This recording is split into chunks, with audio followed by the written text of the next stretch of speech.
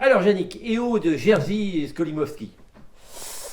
Eh bien, écoute, c'est une sacrée expérience, je dirais, tu vois. Oh, ça commence mal, ça. EO veut dire I en, on est d'accord, En hein. polonais. Ouais, bon, ça veut dire que t'as pas aimé.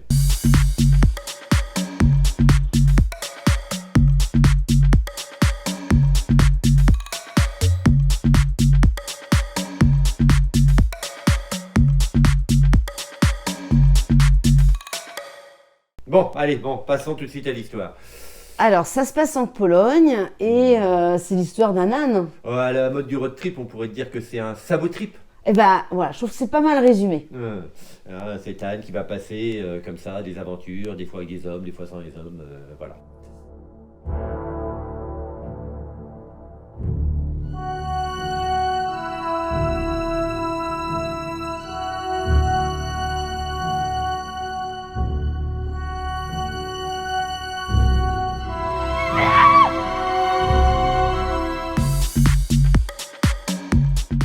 Alors, ton point positif, qu'est-ce que ça serait? Alors, moi, le point positif, c'est vraiment ce qu'on appelle l'objet cinématographique. Oh là, c'est bizarre que tu parles de ça. Non, parce que franchement, c'est très beau. Il y a de très belles images. Des trucs qu'on voit pas souvent, quoi. C'est une sorte d'ovni, quoi. Au moins, tu te dis, tu vas au cinéma pour découvrir quelque chose. Il y a un côté très artistique. D'ailleurs, le réalisateur est aussi peintre, plasticien. Ah ben, on comprend mieux, effectivement. Ouais. Donc, voilà, moi, c'est mon point positif. Et toi? Ouais, c'est vrai qu'on a l'impression des fois d'être dans sa tête, des fois hors de sa tête. Et en plus que ce soit très très beau, je trouve que... alors moi, le côté cause animale, c'est pas vraiment mon truc. Je trouve que c'est un miroir, à travers ces thèmes, c'est un miroir de l'humanité dans son côté complètement idiot ou dans son côté sympathique. Mais c'est il dit rien, l'âne, par définition, mais il nous dit beaucoup des humains qui sont en face de lui. Ouais, mais avec une nuance, justement, quand tu dis positif, négatif, parce que moi, quand je lis toutes les critiques, la plupart, enfin, les défenseurs de la cause animale disent que c'est un super film parce que il montre la nature, la mauvaise nature des hommes. Moi, je suis pas d'accord. Je suis pas d'accord. En plus, c'est les défenseurs de la cause animale qui lui font quitter, en fait, celle avec qui il était le mieux. Et bon, effectivement, au début, avec les cirques.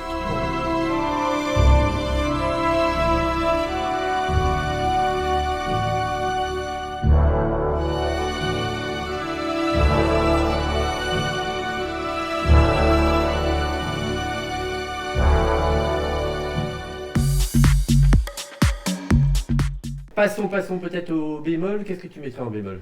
Alors moi, le bémol, c'est franchement, pour décrire le film, tu vois, si je devais te raconter l'histoire, je dirais que c'est complètement décousu, mais un peu à la manière d'un rêve, tu vois. Oui. Tu passes d'une scène à l'autre, il y a un personnage qui arrive, il y a... T'étais Et en même perdu, temps, quoi. ben pas tant, comme dans un rêve, vraiment, il faut se laisser porter, et là, du coup, tu retrouves machin, tu ne sais pas comment l'âne arrive à tel endroit à un moment, enfin... Mais voilà. Et toi?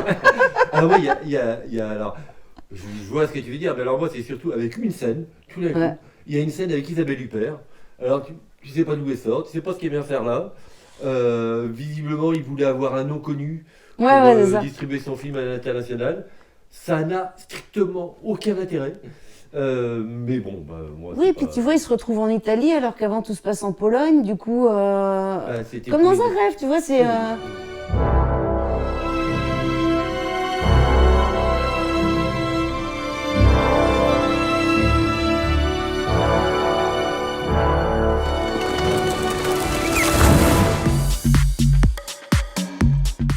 Tu mettrais quoi comme note de 0 à 5? Ah bon, moi je mets 5 parce que c'est quand même l'un des films les plus étonnants, hors normes, que j'ai vu cette année, quoi. Voilà. Donc toi, c'est en tant que cinéphile, quelque part, que tu vas réagir.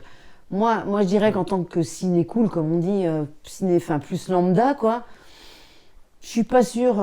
Est-ce qu'on a envie d'aller voir un film pour... Tu le conseilles ou tu le conseilles pas? Écoute, je t'avoue que je me suis un peu ennuyée. Il y a un moment, j'ai trouvé ça un peu long. Moi, je te dis, je mettrais 3. D'accord, ok. Tu t'ennuies, mais tu mets 3. Oui, parce qu'il y a derrière une richesse Ok, cinématographique. ok. Voilà. Bon, la prochaine fois, on ira voir les ch'tis. Non. Allez, à bientôt.